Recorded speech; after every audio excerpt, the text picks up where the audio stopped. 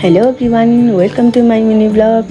अनि आज चाहिँ म चाहिँ नानाको घरमा छु। अनि नानाको घरमा आज हामी चाहिँ भटमास रोप्ने जाने भनेर हामीले चाहिँ त्यति ठुल्ठुलो डोको बोकिरहेछौँ। यो डोकोमा चाहिँ हामी चाहिँ परा ल्याउनलाई। अनि म चाहिँ यस्तो हेरेको चाहिँ जाकेटमा सुहाइरहेछौँ भन्दै नानाले भन्नुहुन्छ। अनि म चाहिँ हाँसिरहेको थिएँ। अनि हाँस्दै हाँस्दै हामी चाहिँ अब लाग्यौँ कामतिर। अनि हाम्रो अगाडि हिँड्ने सोल्टी अनि म अनि सायल बहिनी अनि हाम्रो नानी अनि हाम्रो नाना जाँदैछौँ। हेर्नु न डोको चाहिँ कत्रो कत्रो भनिन्छ भने डोको चाहिँ मान्छे हो ठुल्ठुलोकै डोको भन्नु। अनि म चाहिँ यस्तो हाँस्दै हाँस्दै हामी गइरहेको थियौँ। हाम्रो सोल्टी चाहिँ फेरि ऱ्याप गाउँदै हिँडेको छ। हेर्नु साथीहरू फिल्डमा।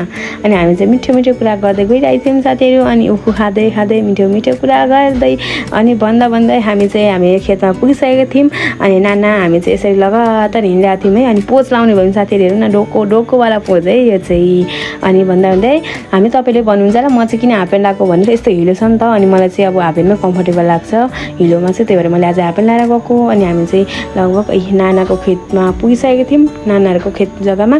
अनि हेर्नुहोस् त नानाको जग्गा चाहिँ यता पर पर्छ नि त। अनि हामी चाहिँ हिँडिरहेको थियौँ। होइन भटमास रोप्दा सोल्टीले फेरि पोज हान्नु न भनेर मैले पोज नानाको पोज।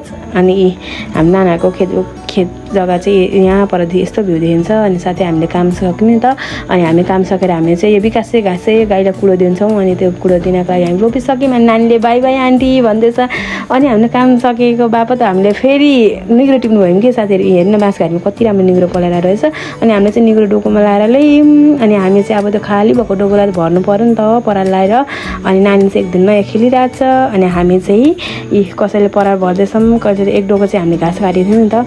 अनि अब हामी आफ्नो आफ्नो डोको बोक्नु पऱ्यो नि त। म डोको भन्दा पनि म चाहिँ नानी बोक्छु भनेर मैले चाहिँ बेबीलाई मैले चाहिँ आऊ बेबी भनेर मैले चाहिँ बोकेँ बेबीलाई फेरि म भएपछि केही चाहिँदैन कि उसलाई बरु उसको मम्मी वास्ता गरिदिने म भएपछि उसलाई केही चाहिँदैन।